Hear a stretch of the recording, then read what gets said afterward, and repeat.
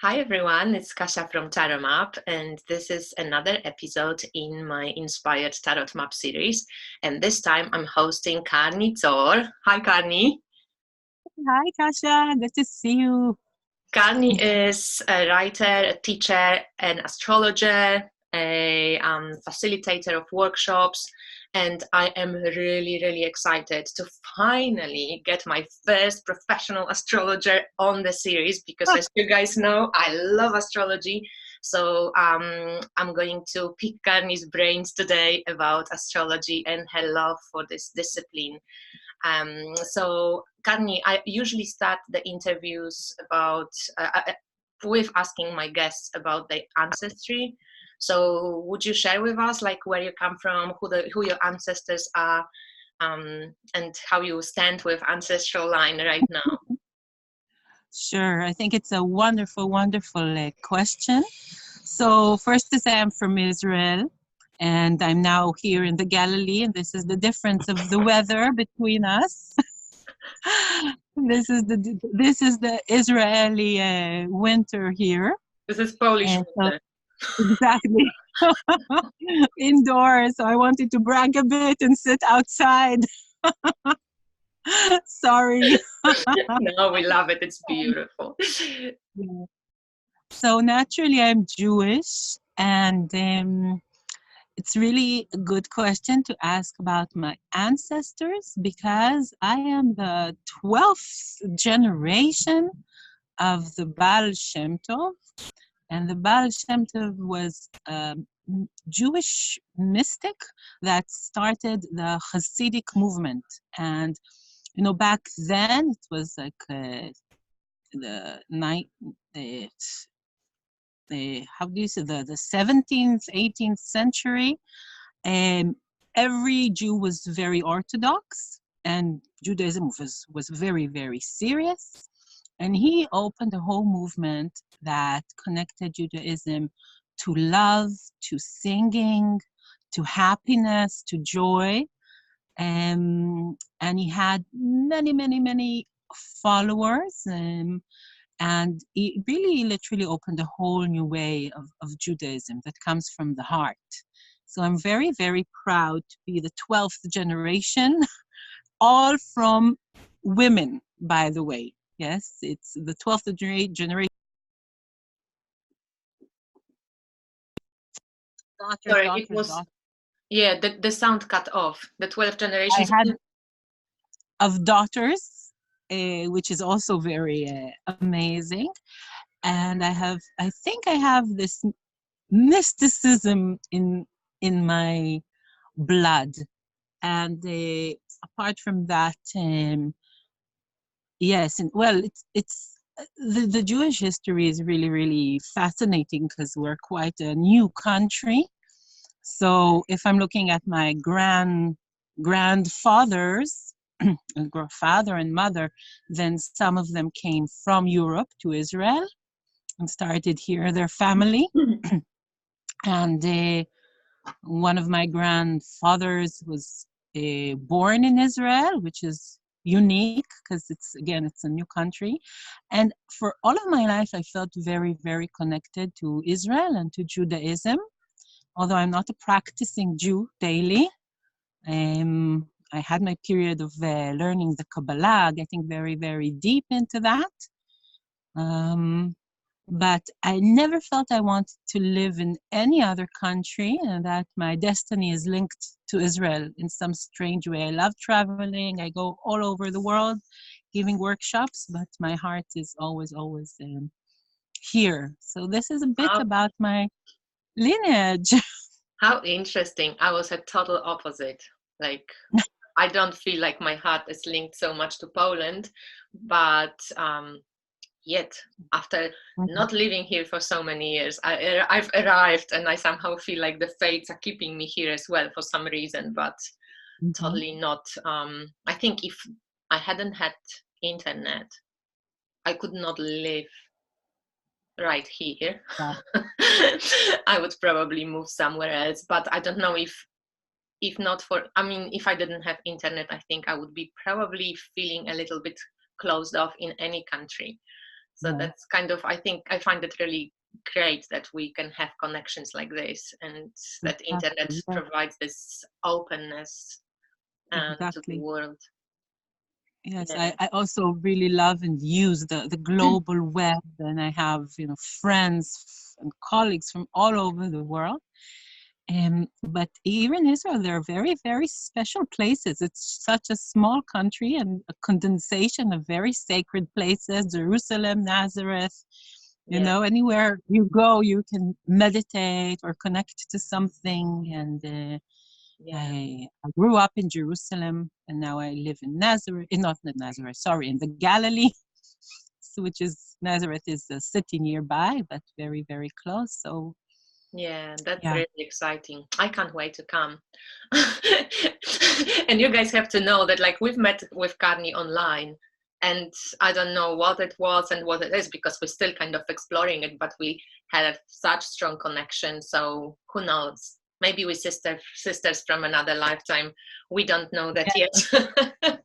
Exactly. Astrologically, we are soul sisters for sure. Because Yeah. you're a Sagittarius and I'm a Gemini. We were born in the same, a half year apart. So this is kind of amazing. Yeah, yeah, that's really exciting. So, talking about astrology, as I Yeah. mentioned in my opening, you're the first professional astrologer, which meaning that you work with astrology. This is your living. You teach astrology. You do readings. You have astrology school. You wrote books on astrology. You made the astrological cards. So you basically a freak of astrology. You love astrology. And how did you get into astrology? Can you tell us the Amazing. story? Really, really, really amazing question. So, um, the interesting thing is that with all the mystic heritage that I have, I actually grew up in a very, very logic kind of house. The house of if you can't measure something in a lab, it does not exist. And when I was a child, I had a few uh, amazing experiences which didn't fit this paradigm of if you don't see something, it doesn't exist. But the first time I went into really going into spirituality was when I was 20 something. I had some very interesting experiences then, like happening, and decided I wanted to research the territory. I went to all sorts of things. I learned tarot and healing and like crystals, like explored everything. And when I got to my first astrology book, I opened the book and I read it, and something in me said, oh, this verse is right and this verse is wrong. And something else inside of me said, how do you know that? Yes, it's the first time you're learning, you're opening a book about astrology. And for some reason, of all things which I love, of course, till today, tarot, healing, I combine everything, but astrology was, I felt this is not the first lifetime I'm doing it. And astrology was lots of learning, but also lots of natural connection and lots of immediate insights and knowings really coming in. So it So would was you very, say, very sorry, unique. No, it's fine. It's fine. And I was young. I was 22, 23. So it was 20 years ago. And I had a flatmate, and we had lots of people, coming in. Everyone who came in, I immediately took their details and started, doing their chart and talking. And so I got like lots of experience very, very soon. So this was my starting point in so astrology. would you say, Karni, that you were kind of self-taught, or did you study astrology with somebody in certain type of astrology, or So it's very, very eclectic. And also I had different periods in my life. At the beginning, although, of this feeling of I know astrology, I needed to learn a lot because you really need to have all your basics. It wasn't internet time. and I live in Israel, so astrology is not that developed. Today I have an online school. Everybody can learn astrology, no problem. It wasn't like that back then. Living in Israel, I needed to buy books in English, which is not my native language, and to really struggle with it and learn wherever I can. I also learned the Kabbalistic astrology, which is the Jewish kind of astrology, which is really, really fascinating. So I started by really, really, really learning a lot and practicing astrology quite quickly. I found myself, doing charts because everybody said, "Oh, you need to see this." I just went to a friend and her roommate is doing charts. So quickly it kind of started, and quickly I started to teach astrology as well. But then really some interesting things happened. You So want let to ask me something? no, yeah, because I wanted to say, just for people who might not know about astrology too much, astrology, like tarot, has different systems and different approaches to how we read the skies, or how we put or use the interpretive side of astrology, how we read the charts, how we create the charts. If the house system is Placidus, is it the whole house system? Is it the equal house? Is it the Western astrology? Is it the Eastern astrology? So there are differences, and for some reason all the systems work. But you, Karni, are using, you call it on your website, it's called a new astrology. So Yeah, you use your yeah, kind of your own fusion of different exactly. different methods. So I would like to ask you about that first. Maybe if you can explain to us, like, what your side of Sure, yeah, sure. astrology, kind of seeing So, astrology is. so this is also going with a story. Everything needs the story of how it happened. So I was working. I was an astrologer. I was teaching astrology for I don't know, probably 8 or 10 years. And again, And sorry. So when you were teaching astrology and learning, that was the kind of Western astrology that you got exactly, into at very first. Western conventional astrology. I Placidus? integrated a bit Kabbalistic astrology, but not too much. Very by the book, what everybody does. Um, Moon in Cancer, Placidus Yes. houses, the tropical chart. It was very, very conventional, and I taught it, so I was already in that system, integrated deep into that system.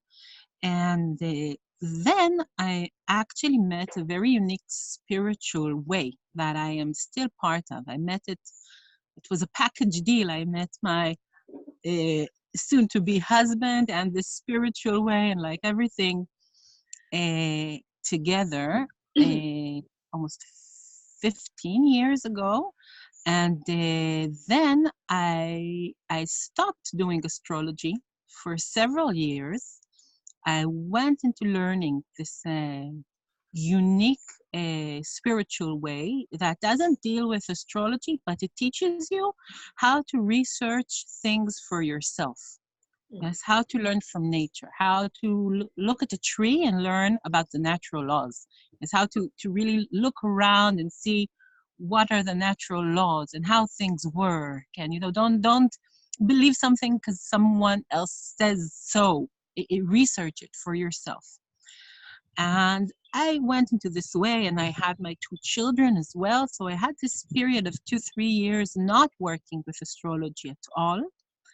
And then what happened was that I started to teach myself how to look at the stars and recognize the planets and the constellations.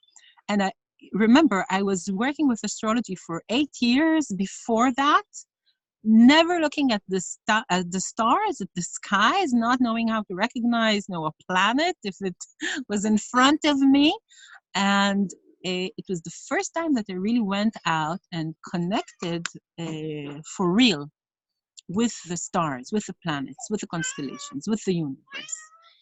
And a few things happened because of that. Yes, first of all, it's like mind-boggling to realize that astrology is not just sketches on paper. Because today you use, um, um, your computer, and you just type in, the birth date, and you get a chart, and it's very mechanic.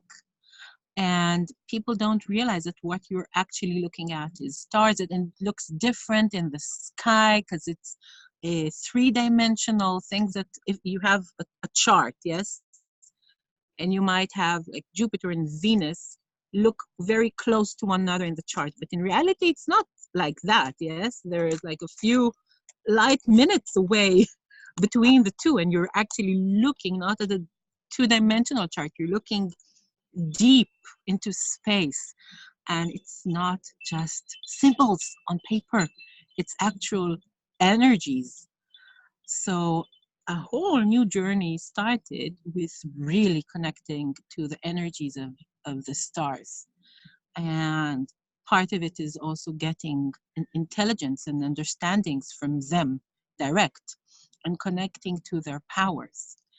And now another whole thing happened, and that is when I started to look at the skies, I suddenly realized that there is a huge difference between the charts I took, from my computer, from my programs, and what is actually happening in the skies. And you see in the chart that Jupiter is in a Sagittarius, and you look at the actual skies, and Scorpio is a constellation that you can easily recognize, and you see Jupiter there. What's happening here? It's absolutely different than the charts and what they show. So, this was already at 2011, something like that already, that it started, that I actually looked at the stars. And I think it all like merged between 2011 and 13, 2 years of really, really investigating. So what's going on here? So I didn't know back then, about the sidereal charts. It wasn't that popular. Many things have changed through time. Yes, today when you look at Wikipedia at the Virgo constellation, yes, or Virgo sign, they tell you that it's not literally connected to the astronomical constellation of Virgo, that there is a difference. So I really wanted to know what's going on here, and I did my real own research about it. Back then, okay, so it's already 7 years or more, not much information on the web about that. And then I realized that the method that astrologers use is a method done by Ptolemy 2000 years ago in Rome, and he did all the calculations of the planets, which was an amazing work, and everything is calculated by his way up to today. But he didn't take into account some things, that he didn't know back then. First of all, the precision of the equinox. Planet Earth is not exactly, it's not a whole cycle that happens. And the fact that things also grow, the universe is in movement, the sun is not fixed. Things go in spirals, growing, not in cycles. So his calculations were quite amazing for something done, almost 2000 years ago, but they don't fit what's actually happening astronomically. So I started to realize that, and I started to work with the astronomical charts. And at first, I was really like a crusader, like, leave your conventional astrology, look at the stars, look at the skies, what are you doing? But now I'm a bit more moderate and liberal, and I see, that the two systems fit perfectly well together, perfectly. Each one has its function. The usual Western astrology that we use is amazing for describing a person's character. It really tells, you know, everything. When you think, oh, I'm a Gemini or I'm a Libra and my moon is here, my ascendant is that, this really gives you the location of your, I call it the first self.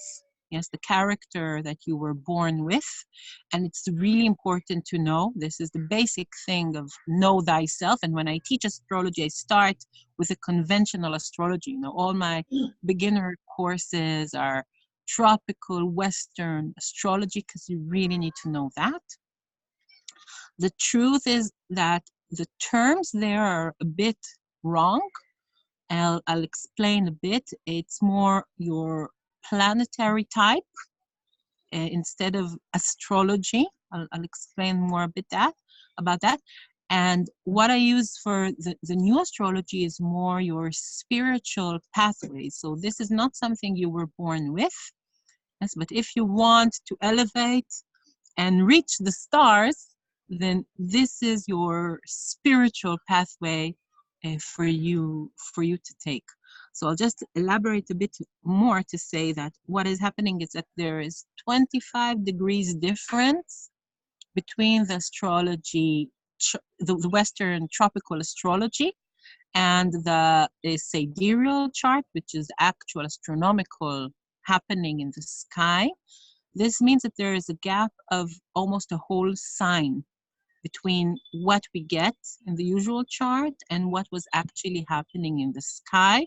So most people would think they're Sagittarius, but actually they're Capricorn. It's a sign before that. They think they're Cancer, but actually they're Geminis and Scorpio, yeah, not Capricorn. With Sagittarius, they Scorpio. Sorry. Yeah. No, that's okay. Exactly, a sign before. So they think they're Sagittarius and actually they're Scorpio, or they think they're Cancer and actually they're Gemini, and it's usually the sign before. It's but it doesn't talk about your personality anyhow.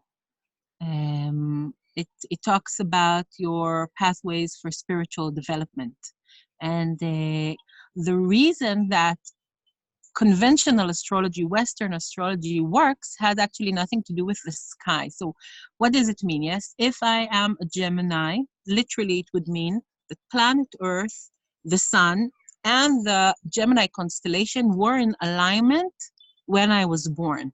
And alignment is very, very important. There is like this gateway of energy coming in. Yes, or what's coming in from the sun is now colored by the Gemini constellation. And when people were born, most likely that the constellation aligned to the sun wasn't what they think. Now, why does conventional astrology work? Because it does, although it's not related to the actual constellation. And this has to do with the planetary cycles with Earth revolving around the sun. Okay, so every equinox, we're beginning a cycle. And when you say you're in Aries, it's not because Aries constellation was there. This is why we say Aries sign. 2,000 years ago, the sign for the beginning of the year, the astrological year, was Aries constellation, yes? But what matters when you think about the character of a person is actually it has to do with numerology and the 4 elements. So when you were born in the first month, you have the numerological impact of the number 1, of the fire element. All of this is right, and this describes your planetary being. Yes, but if you want to check what really happened in the universe back then, and if you want to go out of the planetary awareness and being, and you want to connect to something universal, leaving also some of your natal character behind, yes, because not all of it is very, very fortunate, then you can, right? Then you can look at the actual constellation that you were aligned with, not think about it in the terms of the old astrology. So this is why I try to call it the new astrology. I also gave new names to the, I call it astrological realms, because it's not just the sign of Sagittarius. It's a whole area of the universe. And today we know, yes, with all the telescopes and everything and the amazing pictures, that there is so much powers, not just the main constellation that we see. There is depth, and everything is coming in from the universe at that time. So I call it the astrological realms. And also, to avoid confusion, I gave it new names, because psychologically it's very, very hard for people, yes, to hear that they're not the sign they thought they were, yes, that there's something completely different. So I'm postponing this dealing, yes, because it's difficult to explain. Yes, this is your natal character and this is your spiritual development opportunities. So I just gave new names to the astrological realms, which really describe their main feature. Wow, I've been talking a Really, lot. no, no, but I'm really, that's really really well explained. It's not so easy to explain. And I think because I'm the practitioner of the Western astrology, but I totally hear your valid points about like discrepancy between what's actually in the skies. Because like I started observing the skies through shamanic astrology, which I found online somewhere through Daniel Di Mario and this Gemini Bread. Like lots of people pay attention to what's happening in the skies and how important it is actually to recognize, you know, this is Venus, this is Jupiter, the planets that you can see with your naked eye, and how the constellations look in the skies. Like it's so beautiful to get to know. But for some reason I got stuck with the Western astrology because I know that it works, because I've been working with it also for so many years, and I loved the distinction you did. And I feel somehow that through, you know, the evolutionary chart, I always look at progressions, and it also somehow, you know, it ties up with what you are saying. And also I think that the what is very important are the aspects between planets, and this doesn't change. That's the same in exactly. This your way doesn't and in the Western way. So exactly. Because I really like, I have this call for astrologers out there. Your work is absolutely valid. Yes, I've been working and I was helping people. You know, I wasn't messing around. You know, yeah, the Western astrology is absolutely important to locate people in their strengths and to show them, you know, their weaknesses in manner of what they can improve and everything. It's really absolutely yeah, valid. When you do the two charts, in many things there is no difference. All the aspects are the same. If people deal with astrology, yes, all the inner part of the chart, all the location of the planets, all the aspects stay exactly the same. The whole difference is the zodiac moving. yeah, So whatever you have in your first house, second house, you know, all the houses stays exactly the same. All the harmonies, disharmonies, oppositions, everything, it's exactly the same. When you do the forecast, all the transits are also exactly the same, but it gives you another layer, another dimension of one's personal spiritual pathways and what is possible. yeah. I found it so exciting when I met you. I felt like, oh, this is just so cool. I want to do this and this because it's just such a beautiful way of looking at astrology. And I feel like you're right, like it's so in tune with the cosmic energies right now, which is really fascinating. You wrote this book, Karni, stories of ancient Ah, astrology, and I mm-hmm. actually, you know, I started reading it because I'm moving. I'm like, don't have so much time to read, but from what I read, even this was enough because, you know, I was afraid. Whenever I see books like this, I'm always afraid, am I going to like fall asleep reading this book? Because usually they quite dry and they like a lot of information, and depends, some people are great scientists or some great researchers, but they don't have this lightness of putting that information for people to just read about it, that find it interesting. And you actually achieved it, at least from how much I've read from your book. It's juicy. It's like, you know, you don't want to fall asleep. Like you want to actually, it's interesting, and it has this many beautiful and interesting information from all over different cultures in aspect to astrology. So I'm really excited to read more about it. But can you tell us like what prompted you to write it? Like Sure, sure. Wow, it was written for such a long time. At the beginning, it wasn't meant to be a book. You know, in my own research, as I said, it was very, very eclectic. And I just went to research about different astrologies in different times. Now, Gemini. I'm also, what? Gemini. Good Gemini with Sagittarius ascendant. You see, the Western tropical astrology does work. So, so I really learned. I just went to learn whatever is possible. Now, I was also in my conventional studies simultaneously was developing astrology. I studied archaeology. I'm an archaeologist, to my surprise, and I studied comparative religions also, the MA in the university. How I did it, I don't know, but I did. And That's I won't interesting. recommend my children today to go to the university. Really, people out there, it's not needed. But, you know, I went studying all of that because I was really interested in different cultures and the history and what happened. And looking, you know, from the research point of view and from the storytelling point of view, because I also love storytelling. And actually my partner, I hate the word husband, but my life partner is an amazing storytelling. So I'm also involved in storytelling for many years now. And I mentioned him and I lost my Men, see? line of thought. You were saying that you did research Okay, yes.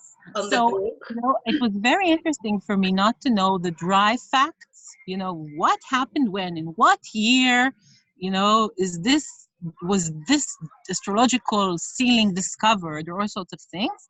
I really wanted to feel the life of people. Now, we're living now in a very strange time, which is really, really separated from nature. It wasn't like that. Throughout history, people were much more connected to nature.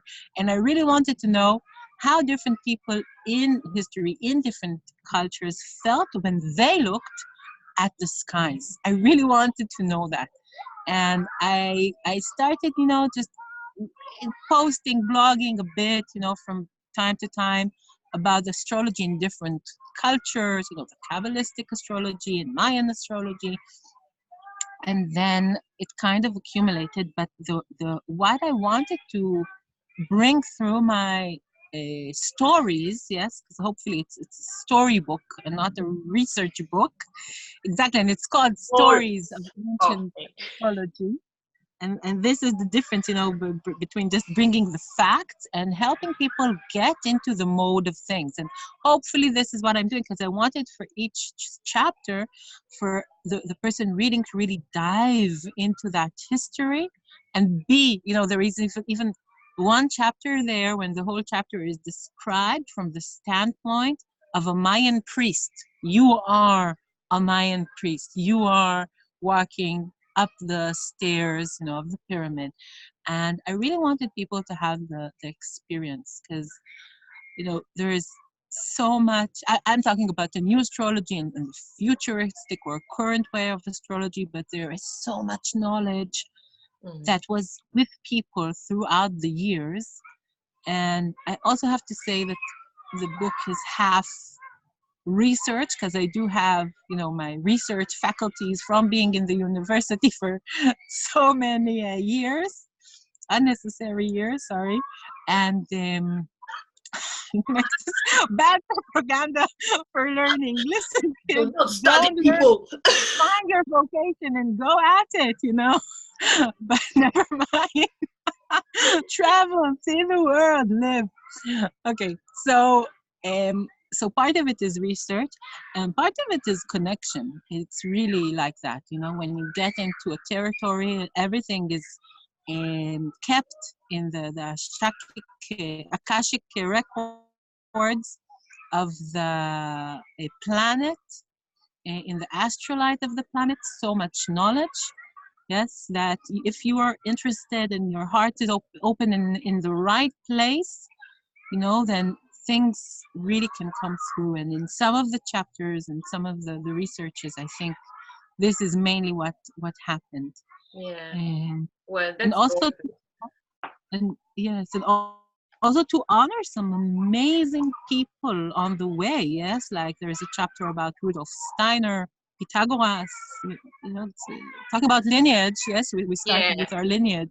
Our This is ancestry, our human exactly, ancestry. Exactly. I know, I exactly. agree. And I'm glad that you mentioned it, because I think every human on earth can draw from this ancestry. It's not related to a place or your blood lineage, or it's human ancestry. So much talk about the ancestral appropriation, and sometimes I feel like it gets really too extreme, that people feel like afraid to even, um, explore other cultures or other, universal in some way, um, explorations. And I feel like this is our right, people. We humans, we all belong to the same family, and there is a human collective history that we all part of, and to not be Exactly. afraid. Exactly. Which is so helpful. We don't need to start from scratch. We're a big dragon with lots of vertebra, and Yeah, we're another part of this amazing dragon. yeah, Yeah. exactly. So can you show us the other book that you wrote? Because this one, the other one is the, like a company Sorry, book. Kasha, I didn't disconnected for a second. I'm Okay. so sorry. No, that's okay. Can you hear me now? Yeah. Yeah. I wanted to ask you about the other book, if you can show it, because I don't have it here. Sure. Yeah, Yes. Yes. this is Yes. Yes. a company book, for the holistic astrological cards.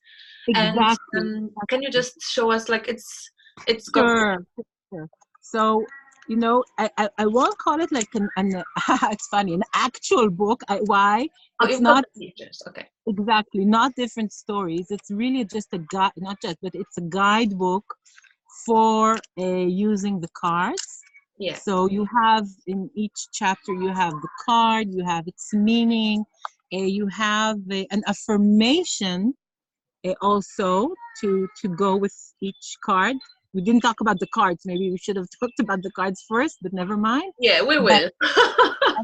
this book it's translated to 7 languages, so this is kind of nice. And also the way it was translated is kind of magical. I almost didn't ask for it. It's people that were excited about the cards and said, you know, oh, can I translate it please to Dutch or to French? And they did this work, which is amazing, voluntarily. And almost everything was voluntarily. And then I put it in this exactly the same, but in different languages. So it's available for That's people so around. cool. Congratulations. In general, by the time I will be posting this interview, the review of your deck will be on my channel as well. So anyone who is interested in astrology, you can guys check the review. I will link everything, like all the information about Karni, below in the description box, about Karni's school as well, and the books, etc.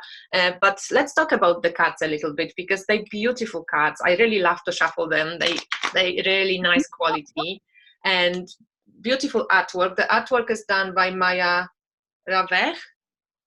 Yeah, her. Yes, yes, Yeah. yes. She's an amazing friend of mine. Yes. Yeah, so beautiful. Oh, that's the other way around. So beautiful art. I'm just going to show you a few cards, guys. So as I said, just click on the link below and you can see all of them in the better quality video. But Karni, can you just tell us a little bit about the deck? Like, do people need to know astrology to use this deck? Like, can they learn astrology through using this deck? Is it just an oracle deck? Just tell us a little bit. Sure, sure. So the creating the cards is part of my scheme to bring the stars closer to people. Yes. So and as I said, I started with everything, with tarot and healing. So it all combines here. And the idea for the cards is that people don't need to know astrology at all. Yes, they can actually learn a lot of astrology from that. I wanted to make the celestial frequencies available for everybody. This was the idea. That, you know, you need to, if you want to be an astrologer, you really need to learn quite a lot in order to really be a good astrologer. But not everybody has, you know, the time, the patience, the money to do so. And still, the stars and planets are such amazing frequencies that everybody should be in touch with them all of the time.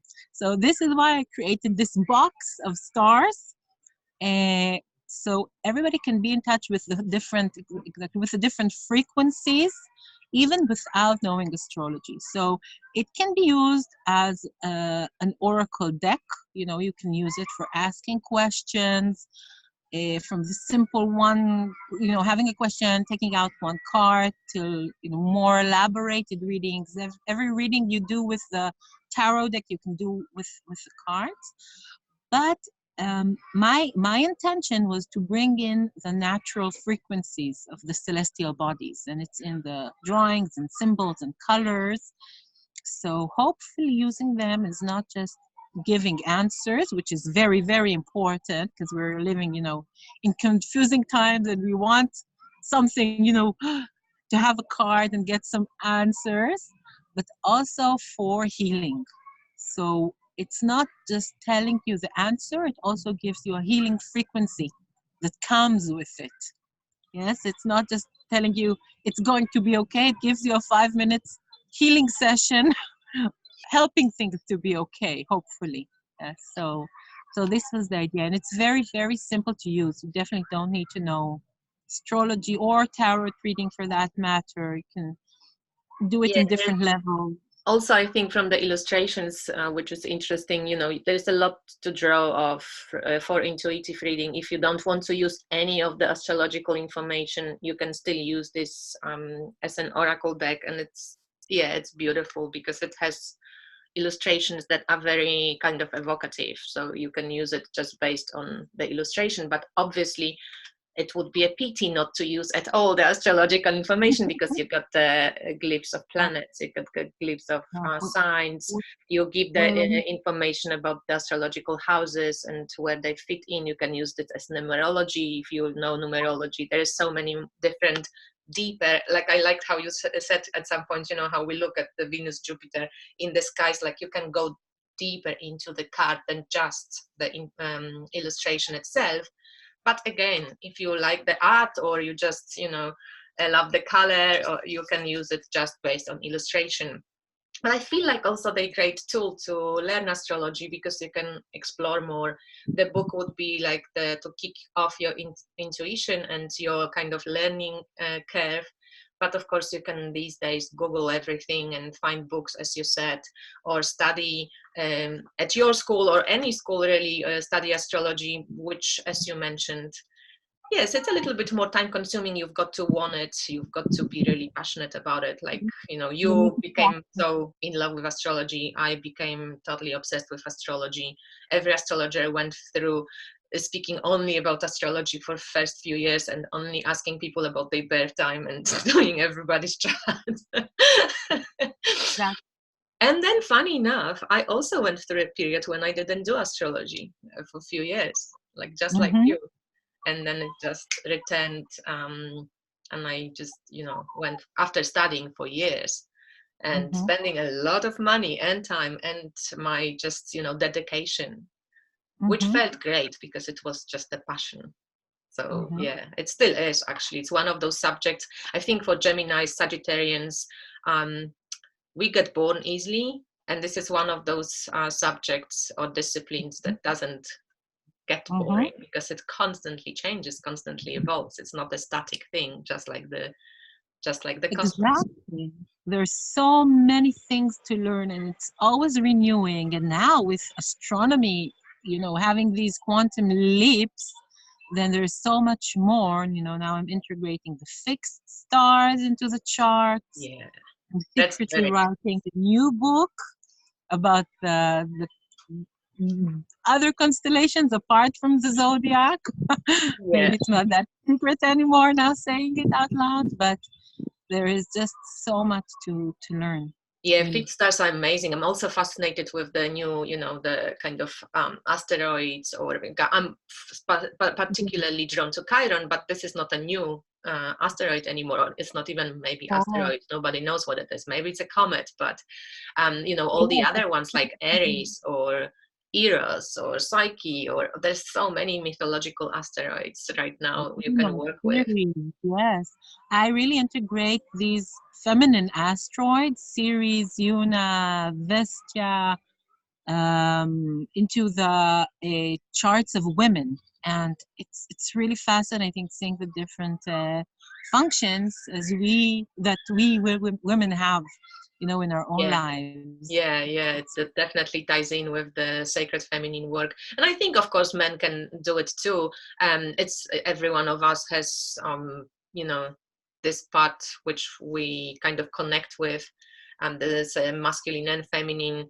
If you're binary, or you describe yourself in any different way, it doesn't really matter for anyone if they male, female, or binary, or a different description, because these aspects are universal. They're universally in all of us, and it's just the language that kind of puts it into the boxes, but we all have them, so everybody has to find out for themselves to what degree they working with That which aspect. And I think that's, and yeah, that's actually, really, I do that. If I have is a client that is gay and describing himself as more feminine, I'll integrate these asteroids in yeah, his chart, and it's yeah. really, really, today there's so many things going on.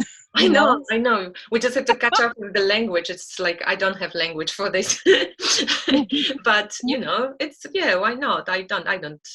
Yeah, I want to learn. I want to be open. I don't mind. Um, Tell us about your deck. We did that. I feel this deck is really. I find that I'm still kind of learning using it, because I've had it for 2 months maybe, like December, end of November, I can't even remember, but like not for that long. Mhm. And I find it very useful and very beautiful and very inspiring, and actually speaking to that part of astrology which you were mentioning, which is this evolutionary path and that celestial kind of more cosmic even take, and maybe not even take, but perspective, like a larger perspective that you can bring down to earth, to your life, to see maybe things from a little bit different perspective. So if anyone is interested in this astrology, also check Karni's website, which is www.newastrology.com. But as I said, I will link all of this below. You can guys take a look. So the cards are available, Karni, right? People can purchase them if they are interested, as well as the books are available through Amazon, right? Exactly. The books are best to get through Amazon because it's on Amazon and then you get it in your local country very easy. I have to say that when you get the deck, you get a free ebook with it. You Yeah, don't really. Yes, I need the book. I'm sorry for saying that about my own book. There are a few differences here. The mantras don't appear in the ebook, so this is good. And it's mainly for people who really love to work, with an actual physical book. But you do get all of the instructions directly when you get the yeah. card. You download your ebook, and you're ready to go. Yes, you Yeah, really. I'm personally the book person. Like, you send me the PDF, but to be honest, I rarely open, because like when I'm in my altar, I'm not like running to my computer or like opening the ebook. So Mhm. I think I'm the one who would love the regular book. But as you said, the same with Melissa's Oracle of Initiation. She also sent the PDF, but I love the physical book. It's just Mhm. it's a different way of working. But some people Yeah. prefer the electronic version. Yeah. So And of course, if someone speaks, another language, then having the book in their own native language is a real oh yeah, bonus. exactly. That's cool too. Yeah. So I feel we are kind of slowly finishing off. I'm trying to keep the interviews around an hour, but of Mm-hmm. course, two of us, we could talk. Well, Yeah. I'm hoping this is really going to be interesting for people, though, because I rarely spoke about astrology with people on this series, and I know that a lot of tarot readers love astrology or want to learn astrology, or want to just know a little bit about astrology so that they can find their way around it. And I really, I think this is going to be a loved interview. I hope so. So should we do this short reading for people, like a Yeah. collective one? I thought like you maybe can pick up one card and I'm going to pick up one card, and then because you're a guest and these are your cards, of course you are going to tell us what So I think the best thing is actually to have a question in mind before even doing the reading. So what should we ask? Something for our collective, exactly maybe how to best navigate right now as a collective, or for collective. Exactly. I feel that people working together at this time is really potent. It's the next stage. Maybe how to better do it, how to succeed in building this global web. Yeah. And rather than separation than togetherness. So how to best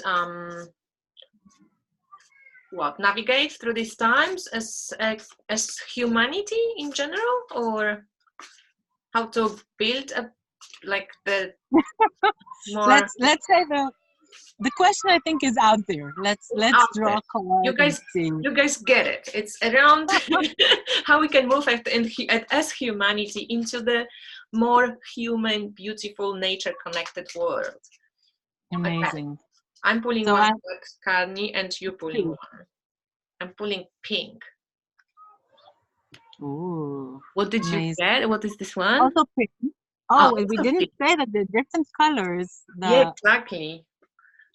So what are the pink ones? The pink are the spiritual developmental journeys. Yes, it's the highest arcane, and it's the astrological realms, the spiritual developmental pathways. So first of all, many of the cards are telling us, it's up to you. Yes, each one of us, people out there, we are the ones that need to do the work. It won't happen by itself.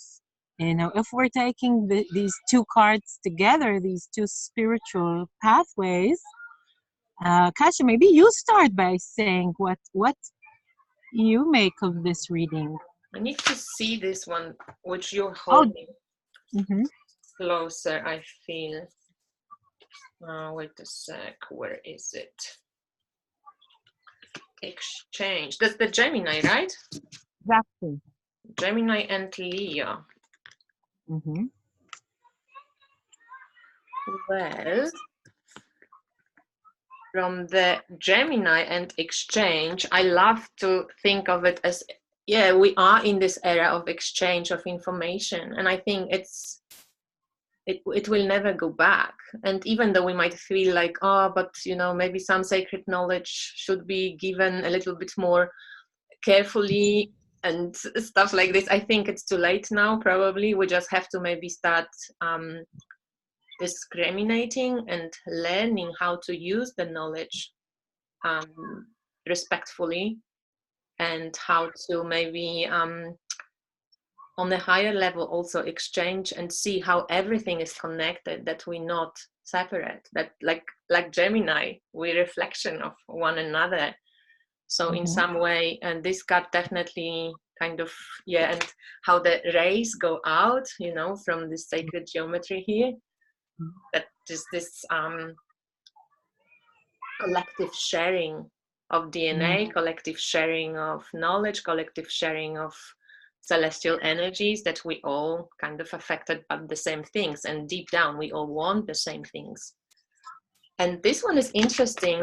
I wanted to ask you, how did you nobility? Is it more like a regal kind of? How did you understand that word? Because it's such a strange word to pick.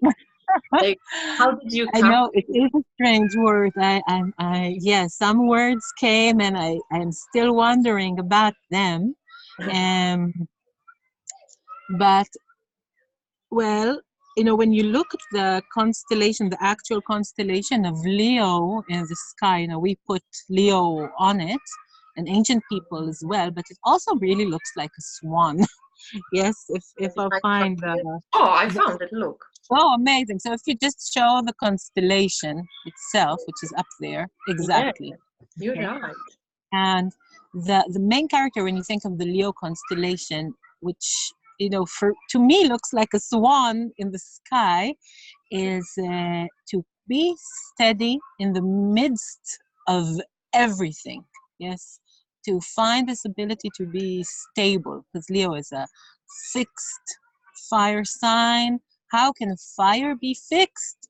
And it talks about the very, very strong stability. So this was the main theme when thinking about the nobility, the king of the forest, but also finding our own a king or queen or royal part inside, which is so stable and strong, like the castle within, the spiritual castle within.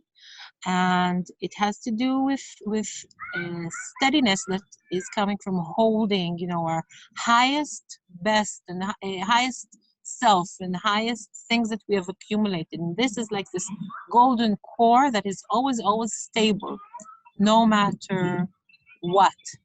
So you can see here the swan, keeping its dignity and pride and stability and honor and beauty, even if there is winter and turbulence and a waterfall and everything is going around.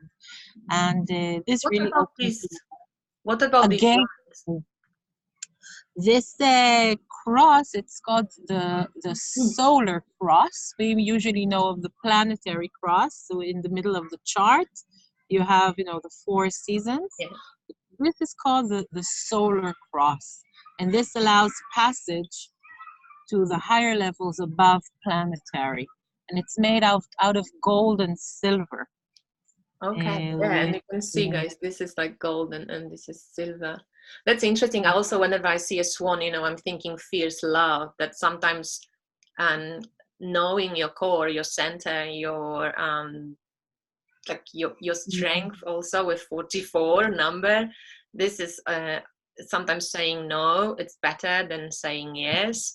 To be in like alignment with your maybe lunar and solar nature, also with which the 44, like 4 and 4, like find this fierce love. Like swans are always very protective of the youngsters, but also they teach them very young on how to live, how to behave, how to fly. I was watching this family of swans in early spring here, like how the mom or dad took the young swans around the lake, and they were practicing flying and landing on the water, and it was really beautiful to watch.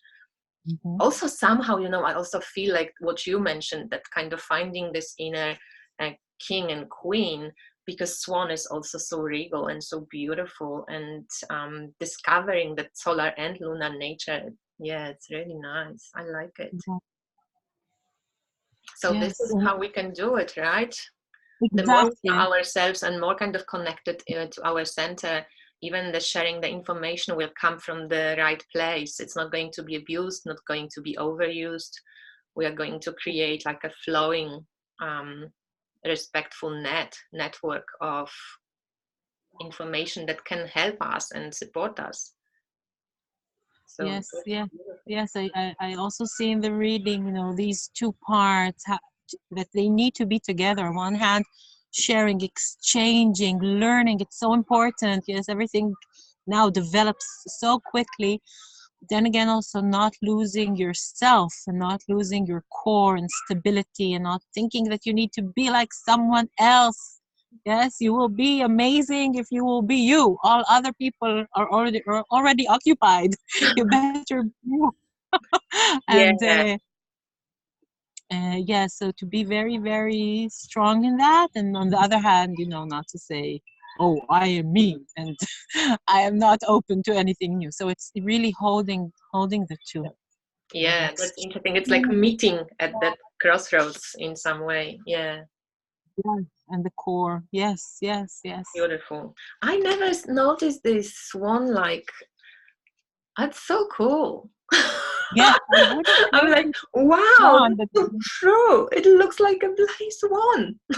exactly, exactly. I Amazing. actually see different things in constellations than what the ancient people saw, with all due respect. But for example, if you look at the Sagittarius constellation, dear lady Sagittarius in the sky, then it really looks like a star. It's really sketching a pentagram. It's really unique. Yes, Right. some people Oh, call yes, it the the teapot. Some people call it Sagittarius, but I call it a pentagram.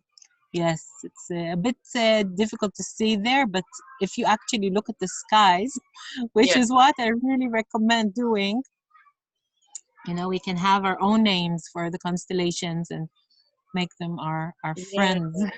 That's lovely to engage that creative imagination. That's something which I feel also with, Leo, which in Western astrology is the creative expression, it's the imaginary, it's the inner child, it's this kind of energy of creative thinking. So that would be also, I think, part of that kind of creative thinking with Gemini, and not being so stuck on, this what it is, because yeah, it was written, and just explore for yourself, feel it. Leo rules the heart chakra, right? Like this passion, Mhm. like awaken the Mhm. passion. We Yes, saw, the actual heart is connected to the sun and to the Leo constellation, yeah, and and that's beautiful. That goes together with the swan also, which so often it's seen as the kind of symbol of love, and right, ah, oh, this is also oh, we could fun. continue forever and ever and ever. Okay, but I'm going to finish now.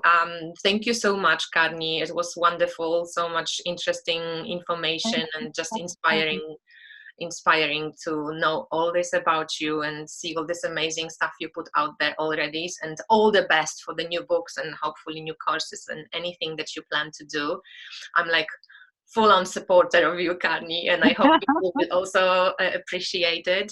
And as I mentioned, everybody can see links to Karni's work, her school, her decks, and so on in the description box below. Also, the link to my review of the astrological cards, so you can see all the cards if you're one of those people who wants to see all the cards before. If not, then just go for surprise. And yeah, we might catch up with Karni again. Who knows? There is definitely much more to explore. And thank you everybody for watching. Thank you, Karni, for being a wonderful guest. Thank you, Kasia, for being an amazing host and for the amazing work you do with tarot and interviewing people and bringing more spirituality to the world. Thank you. Thank you, Karni. Thanks everyone for watching, and I see you next time. Bye.